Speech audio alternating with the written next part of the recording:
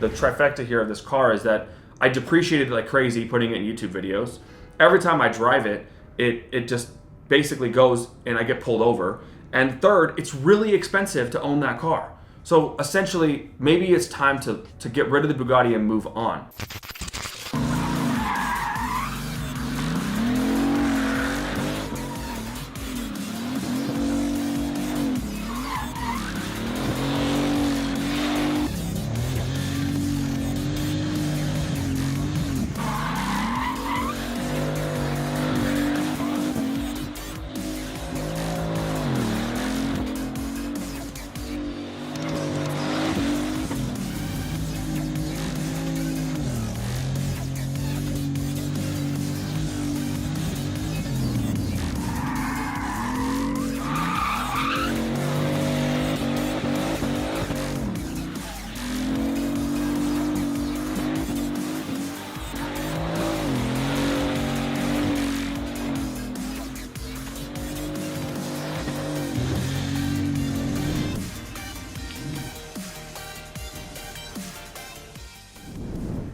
Well guys, good morning.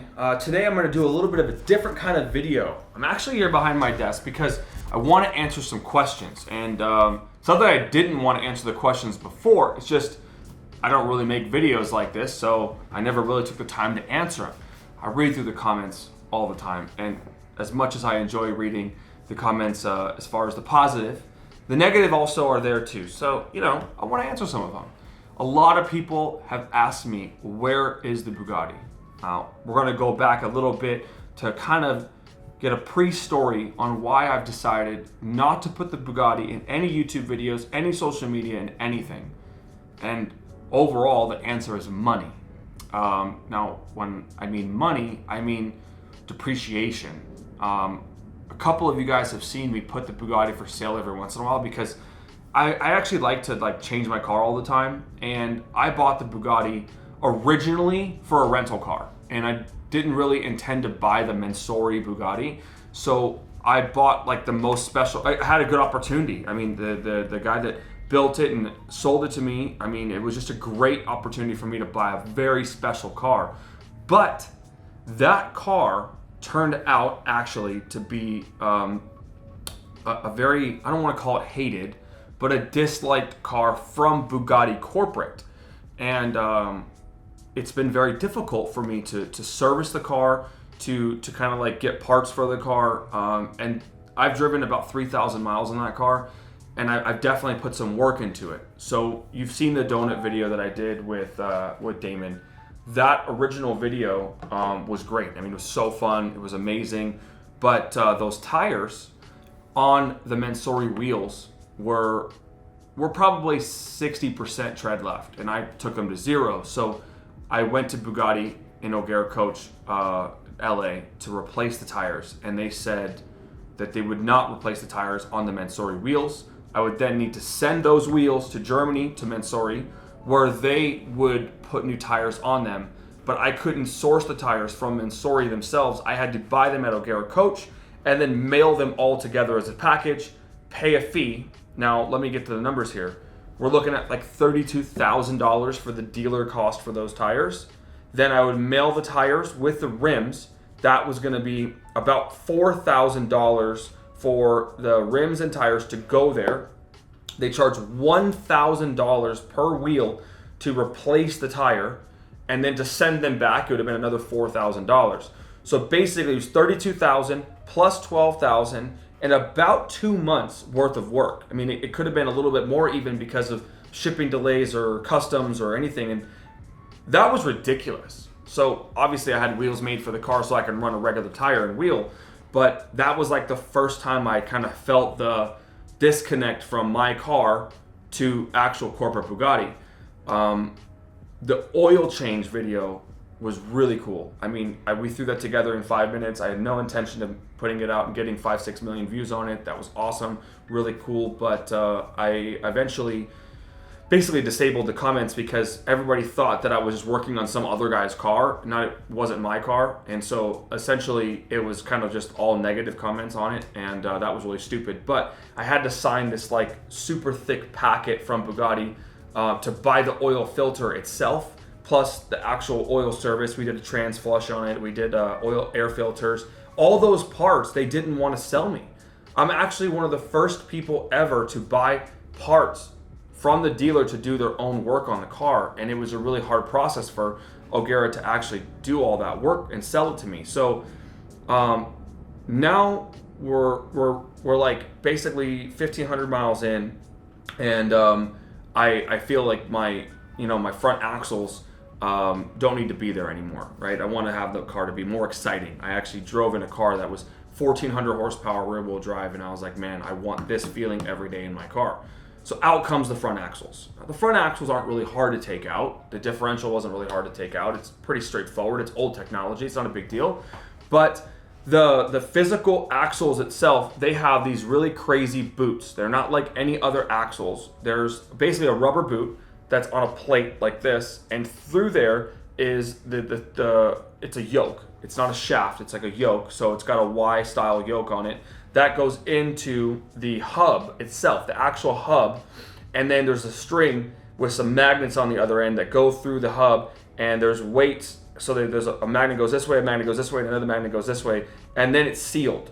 So in order to get those axles out, you kind of have to almost break them. You kind of have to break them. So mine already had a little bit of tear in the rubber boots itself, so I was going to replace them anyways. That's $56,000. So that was not fun at all. And in order for me to order the axles, this is where it gets tricky, and this is why my car was gone for so long. I went to O'Gara, and O'Gara said, hey, look, it's going to cost this much money. We're not able to work on your car right now. O'Gara just has Chiron after Chiron's in there. They've got so much work to do with PDI. They've got one Bugatti tech, sometimes two. So they were backed up for months. So I called the only other Bugatti dealer available. There's one in Connecticut too, but they're really small. I called Bramham. My car originally was from Miami, and so I called them. I had serviced my car in Miami before, and they actually did a really good job with it. So I called Bramham, and they said that they would be able to take it, and I was going to be able to get the car in. So Josh drove most of the time. Josh drove the car down to Miami, where I dropped it off at the dealer, and I had the axles replaced. I had the service done for paperwork reasons, and I did mass airflow sensors. What else did I do? I rebuilt one of the, it's not the turbo itself, but one of the rods on the turbo. I guess it just wore after time and it got really loose. So I rebuilt that part right there. And then what else did I do? I think that's it. And that was over $100,000. And so it actually was just recently completed about 3 weeks ago. I renewed the registration on the car the end of February. And I think now it's time to put the car like for sale, right? It's time to like get rid of this car, because for 3,000 miles, I mean, we're talking like over $100,000 in maintenance, and we haven't discussed the depreciation part. This is why the car's out of the limelight, right? Because I threw it up on eBay, and I got so many people. I mean, it was nonstop for like the first week. I got like 6-7 guys truly, honestly interested in it. Dealers are calling me, oh, I got a buyer for your car, I got this and that. And I posted it for 1.7 originally. And then I brought it down to 1.5 because a lot of the consensus was that they started to see the videos, right? And the videos were fun. They're great. They're great exposure for my brand, great exposure for my company, great exposure personally. But for the car, it was the worst thing that ever happened, because the Bugattis are like this coveted bullshit, right? Where they have to be like this car you keep in your garage, and all these, rich older people don't want to drive them. So when they saw me driving the car, kind of turned them off, and the buyers dried up quickly, right? So I was honest with everybody, and I'm not trying to sell my car and hide any of that. I didn't delete any of my videos. I just wanted everybody to understand the real truth. So I figured maybe taking it out of the limelight's a good idea. And honestly, every time I even drive it here in Vegas, like I get pulled over because of that amazing arrest video of mine. It wasn't nothing negative about the video. It was just the video kind of put the Highway Patrol really against me, against my car. So that exposure for them was negative because that particular officer wasn't being very nice, and a lot of people sided with me on that case.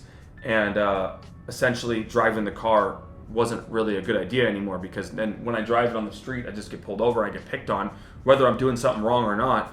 So essentially the trifecta here of this car is that I depreciated it like crazy putting it in YouTube videos. Every time I drive it, it just basically goes and I get pulled over. And third, it's really expensive to own that car. So essentially, maybe it's time to get rid of the Bugatti and move on. What do I move on to though? You know, I'm building this crazy hypercar. Honestly, the design of the car, what I showed you guys is not even close to what I picked. Like we really tried to put something out fast by SEMA, and it was not the right thing to do, right? The design that I have of this car right now is spectacular. I'm not gonna get to that in further detail, but basically that car will be ready in about a year, right? We're gonna push to release the car end of August in Monterey. I want to have this like super sick private house party, invite all the influencers and everybody to the house to see the car. I'm gonna have a real car on display, and then we're gonna get to like selling them in production. I want to make like maybe like 25 of them now, make it real exclusive. My engine is basically done. All the engineering we've done with Dallas Performance and Igor and all these people, it's all coming together real quick. So really excited for that. But I think it's time for me to buy an actual, like, other hypercar. Everybody's buying a hypercar now. I mean, geez, after yesterday, Damon's buying a hypercar, Edmund's buying a hypercar.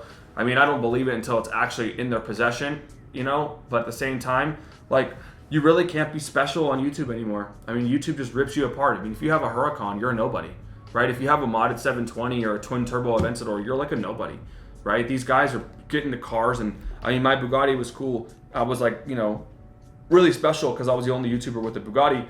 But like realistically, look at the progression here. I mean, how do I go and provide good content that's unique that no one else does? I mean, everybody's a YouTuber now. So I don't know, guys. I think I'm going to go with something with a 6-speed. I really want to get a Koenigsegg CCX. I drove the car. I didn't really like it that much, but I want to give it like a chance because I kind of want to modify it a little bit. I want to be the guy that like actually does some mods to that car. There's one coming up for auction at the end of March, beginning of April. It's a car that's actually the car I did drive. I've tried to negotiate with the owner. He kind of believes it's worth like way more than it is. So I made an offer to that car about 2 months ago when I decided to take the Bugatti out. But he said no. And right now I'm going to let that car go to auction. I'm going to bid on it at auction, actually. I'm going to bid exactly what I want to pay for that car. So maybe by then the owner will change his mind and understand that he had the car for sale at CNC, Ialuso, another dealership put it up on consignment, and it's literally been just from dealer to dealer to dealer, no action. I think I'm like the only guy that's interested in this car. So hopefully by that time the auction goes up and either he accepts my bid for what I originally offered him, maybe I'll even offer him less just to poke at it, or he takes it back and doesn't sell it, and I have to find another one. If anybody knows of a CCX that's like off the market, that's 6-speed manual only. I only want a 6-speed. I don't care what color it is as long as it's not like yellow or something. I don't think I've ever seen a yellow one, but yellow is just not that cool for me. Let me know. I mean, I'm ranting in this video. This is really cool to just talk, right? No editing. Thanks, Mario. You don't have to do anything for this one.